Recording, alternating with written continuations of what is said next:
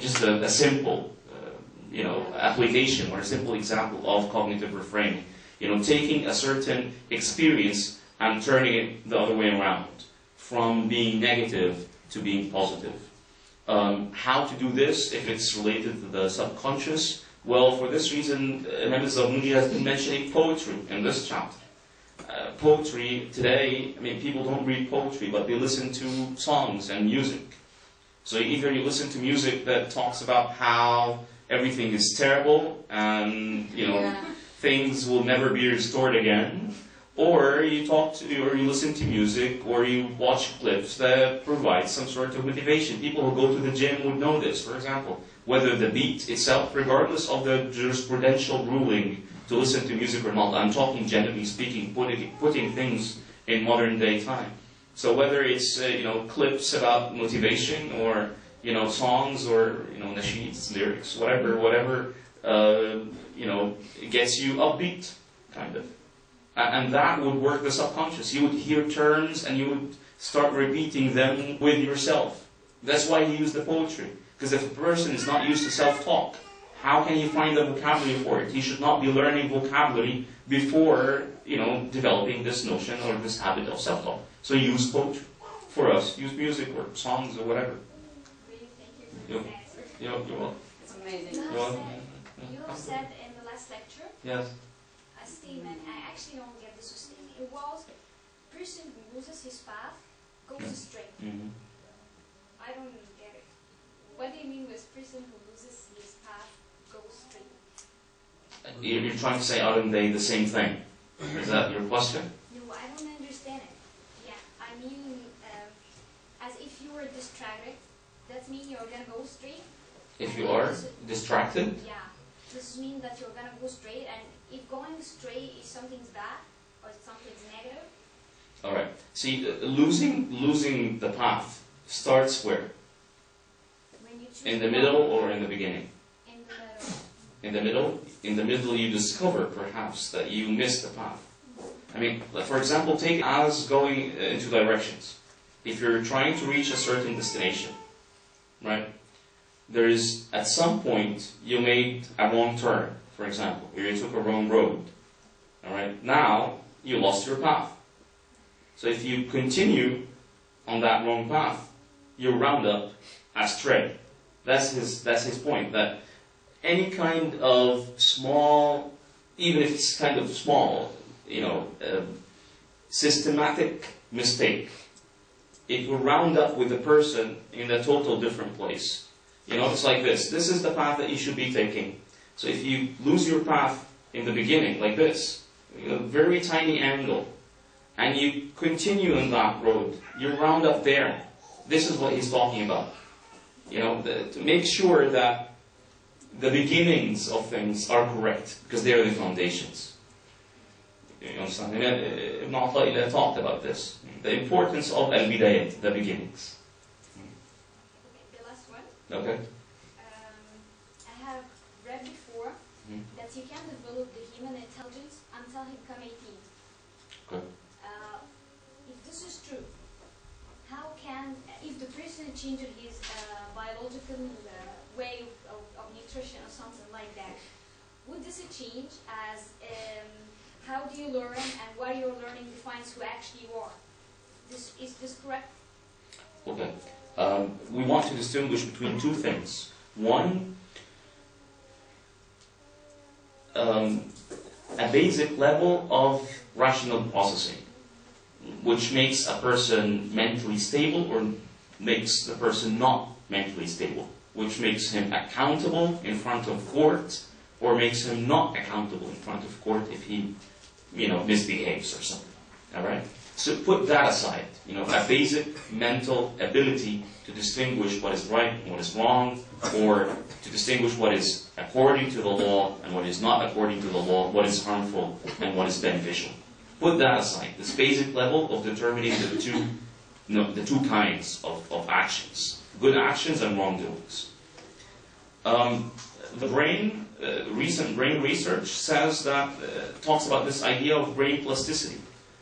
That senior citizens, adults and people in their 60s and 70s and 80s, when they do, memory tests or go through reading and do any kind of learning a new skill or a new language, or a guy who's in his 70s trying to learn how to cook or how to play guitar or something, that affects his cognitive processes and, into moving away from diseases like, Alzheimer or other, diseases that affect the mental abilities. So now we talk about how lifelong learning affects the brain and eventually affects the health, the general well-being of the person. And that has been mentioned in the Turath as well, in the Islamic tradition, the importance of, Imam Ahmad said, مع المحبرة إلى المقبرة. I would use the ink, using the pen until I die. I'll keep learning. And one time he was, and the reason why he said this, because they saw him in his late days going to attend a session to listen to the hadith of the Prophet ﷺ, and they asked him, and until now he said, مع المحبرة إلى المقبرة, until I die I will learn. So you will find many different examples about the importance of lifelong learning and how it affects the general well-being and the cognitive processes and mental abilities in persons. Yes? But is it correct to classify it as experience more than intelligence? Well, again, that's why I wanted to move away from the notion of intelligence and to put it into the ability to determine what is right and what is wrong. Having the agency of being responsible, or being a responsible agent in front of court. This determines that you're a sane person. If we're talking about intelligence in this regard, being sane, this is one thing. And if we're talking about mental abilities and learning and developing new skills and well-being and flourishing, this is another. Did you get that? All right. Anybody? Yes, sir. What may cause laziness and forgetfulness in this our modern days? Okay. Any more questions? That's it? All right. Well, there are many reasons. If we want to put it into one single core idea, bad habits. Habits that are very related to our lifestyles. This kind of fast food lifestyle that we live in. This makes us lazy. Everything is so fast. Touch phones, touch screens, and smartphones, and everything is just one click away and one touch away, and then after that will be one word away and one one look away, and so forth. And having things, Paul Bloom from the University of Yale, from Yale University, talked about how when you have more alternatives in front of you and they're accessible, happiness moves away. The more alternatives you have available, and the more they're ready, people back then, in order for them, if you want to talk about art and music, for example, people here in Egypt, for them to listen to a song, they had to use, they had to go and buy these big discs, and they had to, visit a store and get it, and it has to be taken care of in a certain way, and the machine that plays the music has to be, set up in a certain form. For them to attend a concert, for them to listen to a song, the song would take for 1 hour long. Now we listen to those short clips of things, right? Now people have iTunes and YouTube and, downloading music at one click away. And you have all the discs and all the albums by a certain singer, right? And yet people are not happy. Back then, if you want food, you would go to a restaurant and you would wait for them to prepare things for you and to cook it, and you would wait for the cooking. Now, microwave. See? So we develop this habit of not waiting. And this affects our procrastination. This affects our learned helplessness, because we have high expectations of things happening this way. So when we go through, for example, when you go through, continuous trial and error, and we get failures, what happens is, we kind of give up. Why? Because everything else around us is progressing in a fast motion. So if I'm not achieving, there must be something be wrong with me. You understand? Yet life in general, we did not reach these technological advancements without continuous trials and errors. You understand? So, I mean, to summarize laziness, it is connected to our lifestyle. Fix your lifestyle, you can fix your laziness. Part of it, procrastination, learned helplessness are, major problems. Another notion is not knowing the true value of things and not developing the ability to analyze the experiences that we go through. Sometimes we undervalue really important issues, and sometimes we give more, higher values, overrating certain things that are really not necessary. Even, see, the notion of necessity, we have changed the notion of necessity. I mean, you find a person, I need a smartphone. Well, you don't need a smartphone, you want a smartphone. Yes. Because you live without, you can use a normal Nokia buttons, old ones, right? This is not an advertisement for Nokia. But I mean, you can use that, because this is the famous one. Yeah. But again, we think we put things as necessities, and in reality they are not necessities. You understand? And then when we buy them and when we use them, and we use them with that kind of approach, they're necessary. So we develop addictions. We don't treat them as tools that are available and we can use them when we want and we can leave them out when we don't want.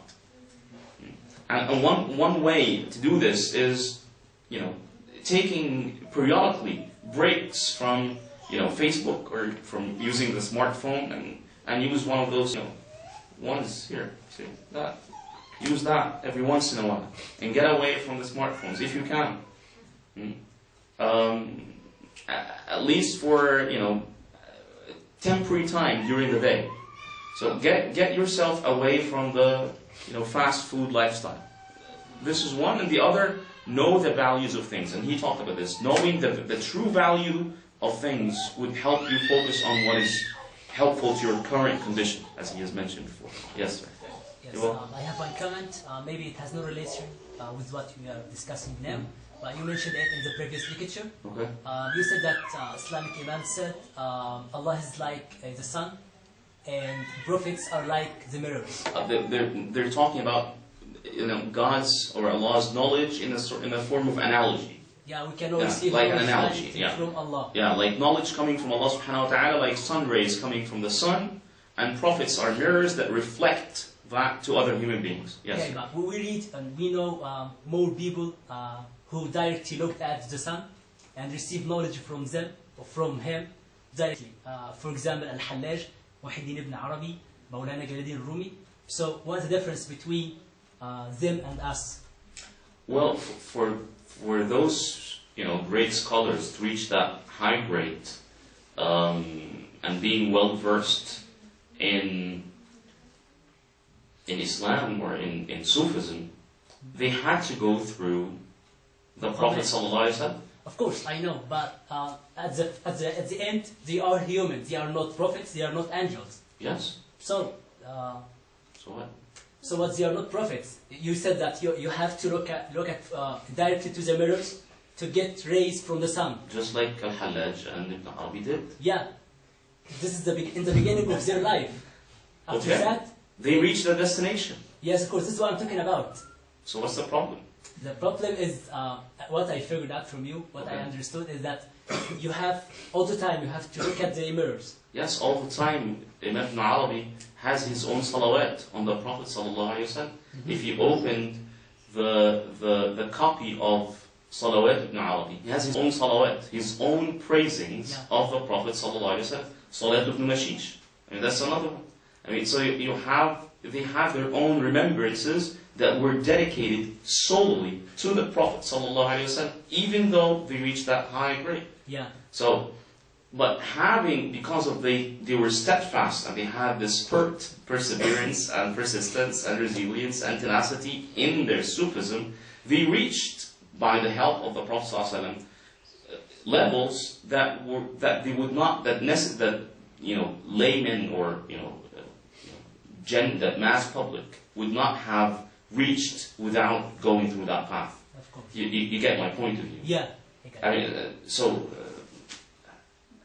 even if they get that knowledge at a later period of time, you know, directly in one form or one way, they always need the assistance of the Prophet ﷺ, at least in having them eligible for receiving that direct knowledge. All the time. All the time, in order for them to be eligible, they have to follow the Prophet. So, after all, we would not go over, you know, the levels of the prophets and the messengers. You get my point? I have more comments on that. Okay, Okay, no problem. No. Thank Yes. you. You're One welcome. last question. Mhm. It's about the bad habit development. Mhm. When you've said that we have a lot of bad habits and our lifestyles are amazing. So while I'm working on myself, I have like zillions of habits I want to work on. So is it possible to tell us a way that to develop these habits, work on them all together, or start with the most important ones, and how much it takes, and how can I develop this? Shall I get back to my mentor and tell him about it, and I'm developing this right now? Or, yeah, if there is the best practice to develop the bad habits, this is my question. Okay. William James, the father of, one of the forefathers of modern psychology, wrote a book. Not a book, it was more of a long essay called Habit, or Habits. And recently there has been a book called The Power of Habit. I can't remember the name of the author, but it's a really excellent book. What he does is he dissects the formation of habits, how habits are formed, and how perhaps if we learn how they're formed, we can unlearn them. But see, habits, they're complex, because even if we talk about, for example, about smartphone usages, they're different.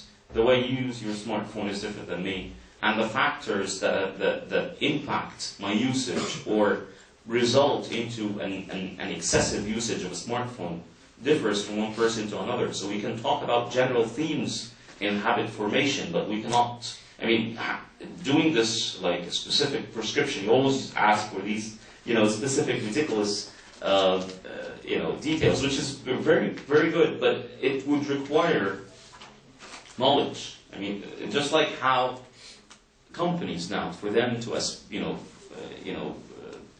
continue or sustain their presence in modern markets, they need knowledge, right? And they talk about knowledge management, right, in companies. So individuals, they need knowledge management. You would need to be alert for, triggers of why you do things, and to reflect on why you do certain choices and you put yourself into certain experiences, and what you come out from experiences, and the way you talk about experiences, whether to yourself or others. And it's many details, and also the interplay of these factors affect the habit formation. Perhaps through one of the coming chapters, we can lay out how habits are formed, and then, maybe I'll see if it can fit under one of these coming chapters. Because it affects the way, it affects everything. Like, Of if you course. have the habit of procrastination, it means that everything will be ruined. Of course, yes. So that's Yes. why I'm not asking just to give the prescription or so. I'm asking because To I have understand. tried a lot, and I Okay. want your experience in it, because you've been through this for a long time. Sure, yeah. Yes, go ahead. I'm really curious, can we get back to this question? This is very sophisticated for me. I didn't get it. I only know prophets and messengers, that they transfer knowledge from God, from Allah to us. Okay. I'm sorry, I don't know about the people he mentioned. It's my fault maybe, but I didn't get how do they transfer the knowledge. Okay. It's only prophets and messengers. All right. They Okay. are not. All right. I'll get to that. Yes, sir. Okay. I'll put that. I'll leave that to the end because it might need just a little extension. Okay. The question is there a point that a man can find himself stable enough without habits, or he might work a lot in habits until he reaches the point that he's stable? What do you mean stable? Because Like no hardships? yes. No, life is somehow- full of hardships Not that hard. until the very last breath of it. Yeah. I mean, the habit, he has overcame the habit, overcame the fears, he's peaceful enough. All that might work. Again, I guess you're asking somehow, Sufism. That's a big question. I mean, going through suffering. Suffering is part of this life. Just how do you internalize suffering? This is what would one, this is how people differ. But all human beings go through sufferings. Of course. So you cannot eliminate suffering, but what you can is to the way you internalize and think about suffering and how you experience suffering itself is what differs from one person to another. So again, that's a really big question. How do we rationalize and internalize suffering? How do we make sense out of suffering? How can certain experiences, suffering experiences, especially with chronic illnesses, for example, and diseases like cancer, how can people that go through such illnesses and pain, how can they make sense out of what they're going through? I mean, that's a big question, a really big question. And of course, it's related to the notion of the problem of evil that certain atheists use to counter arguments by faith believers or by believers from different religions. It's a big topic. But I mean, there is a point we might face. I mean, we can enjoy suffering. We can enjoy suffering. Why not? That sounds a little bit weird, but why not? well, yes. I mean, you can. Yes. I mean, Imam al-Mu'tazila says, "Wurud al-faqati a'yad al-muridin." The presence or the coming of adversities are the celebrations of those who go through the Sufi path, for example, the followers of Sufism. So, I mean, yes, there is at some point where a person can reach this level to, accommodate, how life is and cope with how life is with a certain serenity, so to speak. But again, that would require from us extensive talk in this. I guess we're falling short out of time, especially with Reem's question about this. Yes, Mustafa.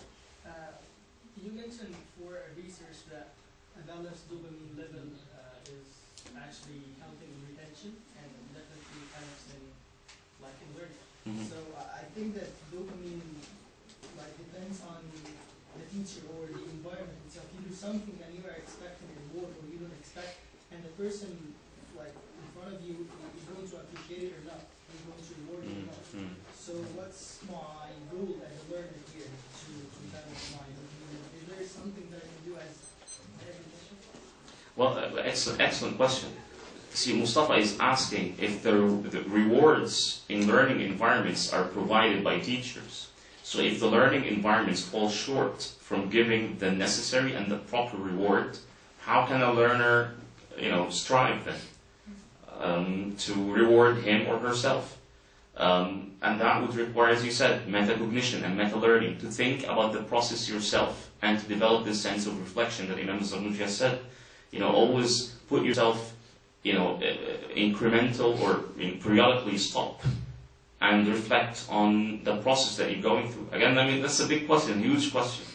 So yes, metacognition and meta-learning, thinking about learning, thinking as you learn, and thinking about thinking. Reflect on what you do, and put things into, into a form of analysis, so to speak. Analyze, why did I succeed this time? What not? What am I doing now? If I want to describe my experience of learning, what would that be? Is this synthesis, analysis, critical thinking? What am I gaining out of this? I mean, continuously having this positive self-talk is really important. So yes, I mean, metacognition, meta-learning, learning how to learn as a topic in general is empowering learners to fix problems that are coming from teachers or learning institutions and so forth. Yes, of course. Okay. All right, with the last notion that your name, please again. Ali. I'm sorry, I forgot. that Ali brought up, and Reem asked for more elaboration.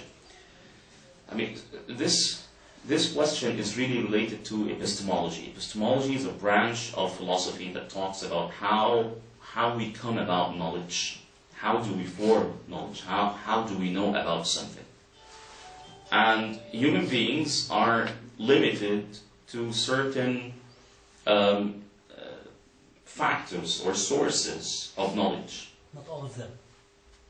One second, please. Yes, sir. Human beings, first they go through learning through the senses. And after they learn by the senses, what they do is we have minds, and minds, I mean, this is a whole notion of the difference between al-aql, which is the mind, and the brain, which is al-mukh. And Islamic philosophy, Islamic Sufism, and Islamic theology have different ideas about the interplay between the mind and the brain.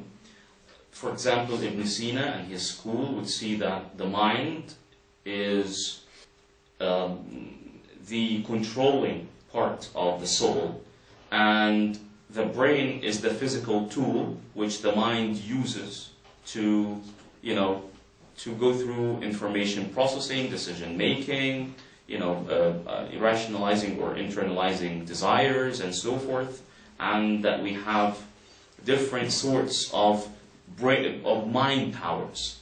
All right, some of them are related to rationality and and cognition, and some of them are related to decision making. For example, and why do we do certain motor activities? So this is a metaphysical understanding, because the mind itself is not physical. Al-aql is not physical. The mind is not physical. The brain is physical. So if you believe that there is a metaphysical being, because Allah subhanahu wa ta'ala is not physical, right? Allah subhanahu wa ta'ala is not bound by time and is not bound by space. Space and time, whether you believe are two different dimensions or one, which is space-time as a dimension, and that will get us into the whole idea of theory of relativity and so forth. Put that aside. But Allah subhanahu wa ta'ala is not bound by time and is not bound by space.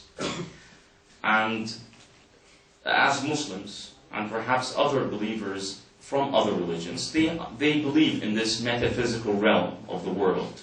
Those who believe that the world came from, a minute probability, and they believe in evolutionary biology, and that mankind evolved, they were not created, and so forth.